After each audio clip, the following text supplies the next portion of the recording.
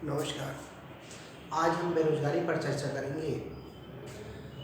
पहले देखेंगे कि बेरोजगारी का आशय क्या है और प्रकार। जब कोई व्यक्ति अपने जीवन निर्वाह के लिए काम करना चाहता है और उसे काम नहीं मिल पाता, तो ऐसा कहते हैं कि वह व्यक्ति बेरोजगार है और इस बेरोजगार की समस्या को बेरोजगारी कहते हैं। दूसरे शब्दों में ऐसे बोले, जब कोई व्यक्ति जीवन निर्वाह हेतु कोई काम करना चाहता है और वो शारीरिक रूप से, मानसिक रूप से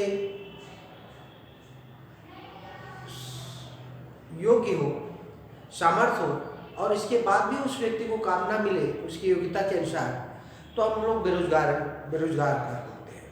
और ये बेरोजगार की श्रेणी समस्या को बेरोजगारी के नाम से जाना जाता है। अब चलते हैं बेरोजगारी के प्रकार। वस्तुतः बेरोजगारी के कई प्रकार होते हैं। हर क्षेत्रों में क्षेत्र विशेष के हिसाब से, समय के हिसाब से अलग अलग प्रकार से बांटा जाता है। अध्ययन की दृष्टि से हमने बेरोजगारी को 10 खंडों में बांटा। पहला है संरचनात्मक बेरोजगारी। ये संरचनात्मक बेरोजगारी प्रायः ऐसे क्षेत्रों में होती है, उस देश की आर्थिक नीति, उस देश की संरचना के ऊपर डिपेंड करती है। संरचनात्मक बेरोजगारी किसी देश में किस प्रकार की आर्थिक नीति है, औद्योगिक नीति कैसी है, वहाँ की संरचना किस रूप में है, ये इस बात पर डिपेंड करती है कि बेरोजगारी कैसे होगी। दूसरी होगी अदृश्य बेरोजगारी। अदृश्य बेरोजगारी का जैसे बताया कि जब बेरोजगारी का ऐसा स्वरूप जिसमें कोई व्यक्ति अपनी आवश्यकता के बाद ही लोगों को रोजगार में आवश्यकता से ज़्यादा रख लेता है। जब आवश्यकता से ज़्यादा लोगों को काम पे रख लेता है तो ऐसी स्थिति को बोलते हैं अदृश्य बेरोजगारी। क्योंकि किसी कंपनी में, किसी कारखाने, किसी क्षेत्र में लोगों की आवश्यकताएं नहीं है और आवश्यकता से ज़्यादा लोगों को अगर हम काम पे दे दिए हैं, रोजगार दे दिए हैं, तो धीरे धीरे आर्थिक दबाव उस क्षेत्र पे, उस कंपनी या उद्योग में पड़ेगा और धीरे धीरे हानि की ओर जाएगी। ऐसी स्थिति को बोलते हैं अदृश्य बेरोजगारी।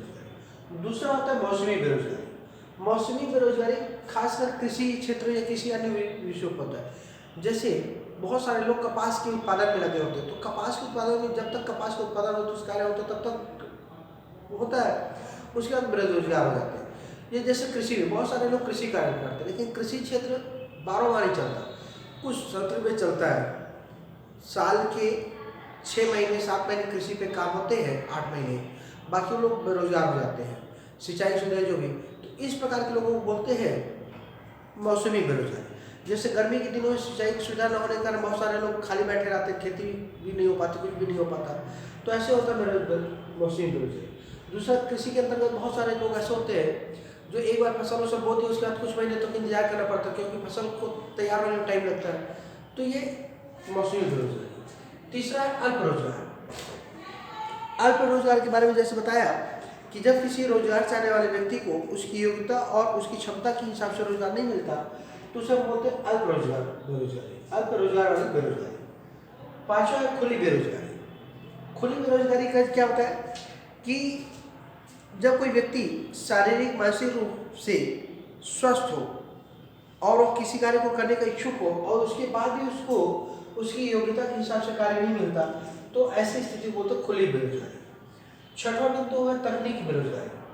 किसी देश में किसी कार्य को करने के लिए जब हम ज़्यादा मात्रा में आधुनिक तकनीकी का, आधुनिक यंत्रों का प्रयोग कर लेते हैं, तो ऐसे क्षेत्रों में जहाँ पे किसी कारखाने में पहले परंपरागत पुराने ढंग से चला आ रहा था उत्पादन, और फिर हम बाद में अचानक किसी प्रकार के यंत्रों का उपयोग कर ले, किसी अन्य चीज़ों का उपयोग कर लेते हैं, तो बेरोजगारों की संख्या कम हो जाती है क्योंकि मजदूरों की स्थान यंत्र ले लेते हैं और वो ज़्यादा उत्पादन कर लेते हैं, तो ऐसी स्थिति को तकनीकी बेरोजगारी होती है।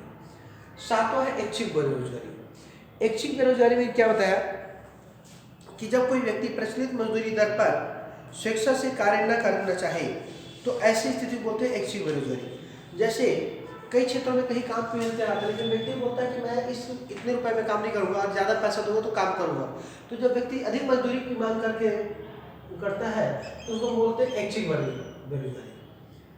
आठवां चक्रीय बेरोजगारी। चक्रीय बेरोजगारी का तात्पर्य होता है कि कुछ ऐसे क्षेत्र होते हैं, सेक्टर होते हैं जहाँ पर कि कुछ समय तो चलते रहते हैं, व्यवसाय ठीक है, फिर कुछ समय बाद आर्थिक मंदी का दौर आता है और बेरोजगारी उत्पन्न होती है। आर्थिक मंदी के दौर में उत्पादन कम हो जाता है, उपभोग कम हो जाता है, लोग उत्पादन को रोकना पड़ता है। ऐसी स्थिति में बहुत सारे मजदूरों को छटनी करनी पड़ जाती है।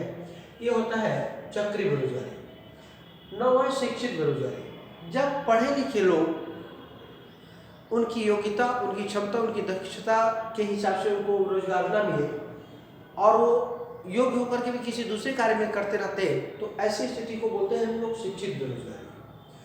अंतिम आता है संघर्षात्मक बेरोजगारी। संघर्षात्मक बेरोजगारी का तात्पर्य होता है श्रम बाजार की अपूर्णता के कारण लोगों को स्थायी रूप से बेरोजगार रह जाए।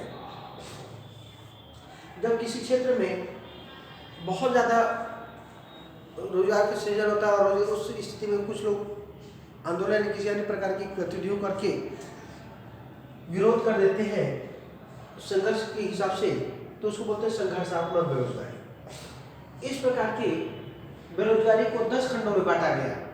यहाँ पे अगर हम ये बोले